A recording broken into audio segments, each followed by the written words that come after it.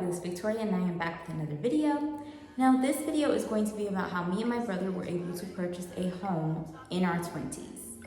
But before we get into this video, please be sure to subscribe and make sure you guys also hit that notification bell. That way you guys can be notified of when I upload. So this video I feel is going to be a really good one, especially for those that want to get out there and get property as soon as possible while they're still young, and just grow old with their property and kind of have like the big step of purchasing a home out of the way. I feel like this is a good video for people that are just normal everyday people too, that want to have nice things. Let me put a disclaimer out there. This is not me trying to brag about me and my brother owning a home in our 20s. This isn't about me trying to, force you guys to go do something crazy either. It's really just a matter of me informing and enlightening those that would love to actually get this information. If you don't want this information, that's fine. Click off the video. I also want to give a disclaimer out there too that my brother's situation is a little bit different. I don't want to give too much information on that.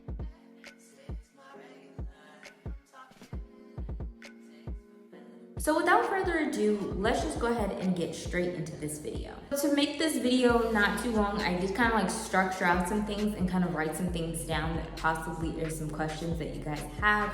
In case you guys do have extra questions, please leave them in the comment section down below and I'll feel free to make a part 2 of this video. The first tip that I would say is to save up as much money as you possibly can. Take as much money as you possibly can from your 9 to 5 that you're making. If you have a side hustle, just take that money that you're using from the side hustle and save it up. If you need to, maybe save it into like a high interest account or something, maybe like using a CD or something of that nature, like a stock or something. Like if you have a huge amount that you're doing, like let's say that you're doing this at an age such as like 16 or something, or you're doing this at your early 20s, at like 20 or 21 or something, and you hope to plan to get your house by like 25 or something like that, and you're still currently living with your parents. That's probably perfect. I would suggest taking the money that you're getting from your job, especially if you don't really pay much rent with your mother or anything, or whoever you live with. Seek financial advice on how to grow your funds and things of that nature as well. And that way, by the time that a few years go by, maybe like, 4 years from then, like when you're like 25 or 20, whatever age you decide to do this, that way by the time you're that age, you have a good amount saved up, and then it would be great for you to put that into an investment as getting a house. Just to kind of piggyback off of that, if your parents are also kind of helping you financially, use whatever financial things that they're giving you to help to your advantage, to also helping you save. And for number 2, I'm gonna say is teamwork. So of course I could not have purchased this home by myself, and neither could my brother. We were just not financially adequate to purchase this home by ourselves. Just to give you guys like a little bit of an understanding, and just to kind of give you guys a little bit of background, I am 28, my brother is 26, going on 27. As far as like our financial situations, we were just working regular jobs. Like when we initially got this house, I was working as a BDC representative at a car dealership, and my brother was doing executive protection. So, we were just working regular jobs. It was really the funds that we had together that helped us. We pretty much decided to work together to get a house, and because we really trusted each other, that's kind of what helped in the end as well. We honestly couldn't get this home by ourselves. So I would say that if you are maybe with like a significant other, someone that you can definitely trust, maybe it's your best friend or something, with the person that you decide that you want to have this home with, this is something that you guys are building as a foundation together. So I would say that make sure that you really truly know this person. When you live with them, that's different. Like with me and my brother, we lived together all of our lives. But then we had to really buckle down and, get us a place together. And we decided to first get us an apartment that we had for about 2 years before we moved into our house. We kind of knew how to function living with one another. We knew what each other would pay for. We kind of had a foundation and a ground of how we decided to pay things, how we decided to handle things when it came down to really important decision matters. It made it easier for us to live together in our home because we already had 2 years of living with each other, paying rent together, paying bills together, paying for important things like, food, water, and then just any other miscellaneous items that we needed around the house. We kind of already established that. So I would suggest building a home and purchasing a home with someone that you kind of have prior experience with. So if you want to build this home with like a best friend, a significant other, like a boyfriend, girlfriend or something, just make sure that you've kind of lived with this person before and that you really, really trust them in order to, build something like that together.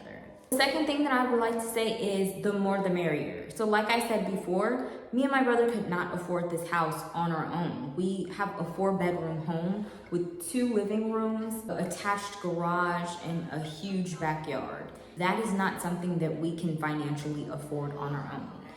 Only reason, this is just a side note, the only reason we got a huge house like this with 2 additional bedrooms is because we wanted something extra in addition for my 2 sisters. So just in case, for any reason, if they want to stay here for any reason, or they need a place to crash or just something, because they live about 45 minutes away. So if we had an event over here and they wanted to crash, we have 2 additional bedrooms they can sleep in, so we wanted the extra space. Plus we have a niece and a nephew, so it's just extra space. Now, when it comes down to getting a house, they're only gonna allow 2 people really to have their name on it.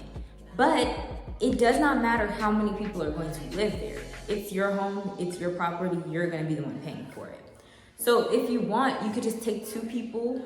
And this kind of brings me into the next thing that we were talking about, which is going to be like credit and stuff, but I'll kind of briefly go over it now. You're going to take the 2 people with the highest credit and you're going to put their names on the lease. And then that way you can have everybody else help pitch in and pay for stuff, because the more the merrier. You guys, at the end of the day, the goal is to pay your mortgage. If you can, try to pay it off as soon as possible, or just pay it efficiently and effectively, so then that way it looks good and you have good rapport with your loan company, and that way you can get possibly other loans in the future if you need them. Let's kind of talk about credit now. So when getting a house, you do have to build up some form of credit. Like you have to have like a credit card, or paying off a car, or maybe like you've established some credit because you're paying rent at your house or your apartment, wherever. You just have to be paying something back. Like loan company that you're dealing with and stuff, they like to see that you're paying stuff back, and they like to see that you're doing it good, okay? I think that brings us to another one of our questions and stuff too. I have on here, only get a home with people that have good credit like yours. Establish your credit and get it as good as you can and be on top of your bills. So I'm gonna include all of that together. Loan companies and stuff like that, or wherever you're getting your funds to purchase the house, we'll talk more about that in a little bit too. They like to see that you're actually paying your stuff. They like to see that you have good credit. They like to see that you're trustworthy. Like those are ways that they can prove that they can trust you. Me and my brother, we were really late in the game of establishing our credit, but when we did establish our credit, we stayed on top of it as much as we possibly could, because that's how my mom kind of raised us. But even still, it's just something that you just naturally do. Like the way that I like to look at it with credit cards and stuff like that is just imagine if it were you. Now, if you were sitting there and you were a credit card company or like a bank or whatever, and you were loaning out money to people, wouldn't you want your money back on time? Well, okay, then you treat it the same way. So when I have my credit card and stuff like that, I like to pay it off as much as I can. For instance, when I was working a 9 to 5, even now, when with me being like self-employed and stuff and doing Uber and stuff like that, with Uber and stuff, I get paid once a week. I haven't done this in a while, but I'm gonna definitely start back doing it. I get paid once a week. So from being paid once a week, I like to take some of that money and add it onto my credit card. I just like to put that money onto my credit card all the time and just slowly but surely pay it off. So once I get paid, I like to pay off my stuff. Not paying it off in full. When I say pay off, I just mean like, if my amount that I owe back is $60, I'll probably throw out $20 and put $20 out. So then now all the remaining balance that I have to pay is $40. Or I'll pay the whole 60, and then just after that, I'll just continuously keep paying, like, you know, a little bit here, like $10 here, $15 here, $20 here. And then you can just slowly see that, you know, the amount that you're owing back is slowly but surely going down. That way your interest and everything is also going down too. And then the banks love it because they're like, wow, you're paying what we gave you. Now we know that we can trust you. We can offer you other additional credit cards. We can offer you additional limits on your card. The more that you have open lines of credit too, that's always a good thing too. So even if you have your credit card that you're paying off, and then you also have, you know, your card that you're paying off too, those are more ways that, you know, banks are looking at you like, wow, you're very trustworthy, you're paying things off. And you want to do it on time. You never want to have your due date come up and you haven't paid it off, because then they're looking at it like, wow, you aren't even doing this on time, you know, so we don't really know if we can trust you. A good example for that, if you're like younger and you're in like school or whatever, if you have an assignment that's due on May 15th, you need to turn it in May 15th, or you can turn it in sooner, but don't wait until May 16th to turn in your assignment, because that looks really, really bad to, you know, your teacher or the bank. You want to turn it in as soon as you possibly can. Just to piggyback off of credit, like I was saying, you want to do it with people that are like-minded and have, you know, good credit like you. So me and my brother, our credit was amazing. His was a little bit better than mine because he had gotten a car sooner than I did, so he had a little bit more in his name that he was paying off before me. But nonetheless, we both still had really, really good credit. Like, our credit when we got our home was in the 700s, and, you know, banks were looking at that and they were like, wow, you guys are really trustworthy. We can really trust you guys to, you know, loan out to you or anything of that nature, you know? So they were looking at it as we're really trustworthy people. If not, they're gonna still try to work with you, but then it'll be a little bit of a hassle with the way that they work with you. They might try to jack up your prices a little bit on how much you owe because of the person's credit that's the lowest. Although they look at who has the highest sometimes, they're still looking at who has the lowest too, and they're still taking into consideration, that's still at the back of their head, like, this person's credit is in the 400s, but this person's credit is in the 700s. They kind of have to toggle with it a little bit. Next one is about working at the job that you're currently working at. When you are getting a home and things like that, they do want to see that you have like a place that you're getting income from. Because half of the time when you're self-employed and stuff, they don't really know that they can trust you. They can't really tangibly see that you're making money.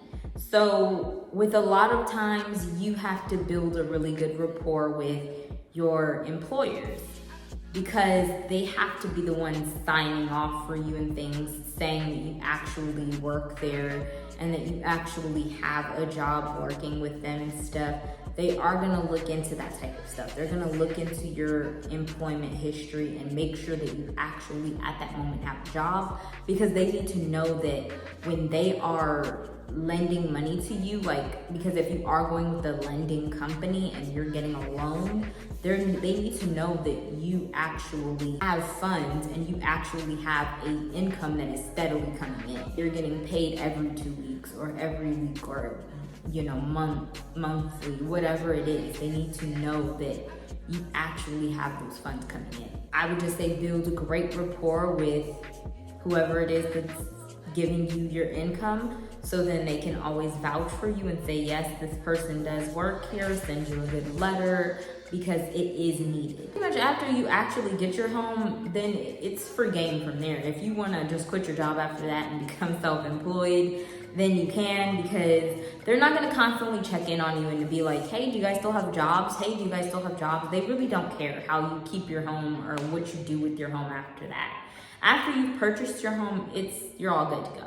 It's just there's certain things that you kind of can't do because you do have to consult with the city, but for the most part, your home is your home after you have your home. For the next thing, it's pretty much just the type of a home that you do decide to get. So don't be too hard on yourself when you're first getting a home. Like, let's say that you wanted a home that had a kitchen island. My brother was saying that he wanted a home with a kitchen island, and that was like number one on his list. Unfortunately, we didn't get a home with a kitchen island. We had to kind of look past some things and just kind of think to ourselves, well, we can either make a renovation, get ourselves together, and then eventually get us another home where it has a kitchen island. But the first thing that we wanted to do was just establish a foundation and get us a nice home. And regardless of us not having a kitchen island, this is still a really, really beautiful home. And it still has more than what we ever could have imagined. And it still has everything packed up into this one place.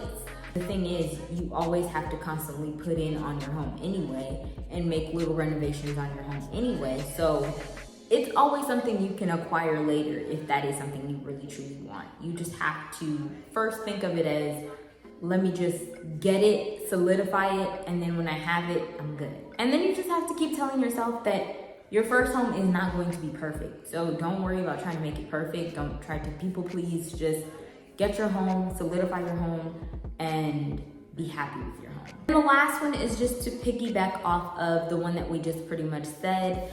So I said here that just be okay with not making your house a home right away. So what I mean by that is, in the room that I'm currently sitting in, this is our second living room that we have. And this living room does not even have any furniture. Like, me and my brother know what we're gonna do with this living room, but it's just, we haven't quite got it to that point just yet. And we're okay with that. But the thing is, we can't force ourselves to be like, okay, let's just go out there and go spend money like crazy just to make this living room look nice. So then people can be like, wow, your second living room looks nice. First off, we're not trying to people please anybody. Do you have a fucking house? Like, you know, like, that's how we feel. Like, you know, like, where's your house? You know, you can't sit here and people please everybody. We're okay with this living room not having the furniture that it has yet. We got the hard part, which was getting the house. We're just basking in the fact that we got what we wanted initially, which was the home, and we'll work on getting everything else later. You don't have to rush out there to go get furniture. You don't have to rush out there to go get all of the best things in your house. You don't even have to rush out there to go do renovations. Just enjoy the fact that you got this far, you got a house. All right, guys, I hope that you guys enjoyed this video. I hope that I covered everything that you guys pretty much wanted to know about how you can get a house and things, especially if you want to get it in your 20s, or even if you're not in your 20s, if you just want to learn more about getting a home. I hope that this kind of really helped you guys understand how to get one. If you guys have any additional questions about ways of getting a home, I will definitely be willing to help you guys understand more ways of doing that. You guys can just leave those questions down below. If this is a video that you guys really liked, please be sure to give it a thumbs up. Make sure you guys also subscribe for more content like this. And yeah, guys, I hope that you guys enjoyed this video. Please be sure to like, comment, and subscribe. Please be sure to follow me on all of my social medias. They'll be listed in the description box down below, as well as here on the screen. Also, make sure you guys always check the description box down below, because if you have any additional questions on some stuff, it might just be in the description box down below. But anyway, guys, I'm going to stop rambling. I hope that you guys enjoyed this video, and I'll see you guys in the next one. Bye.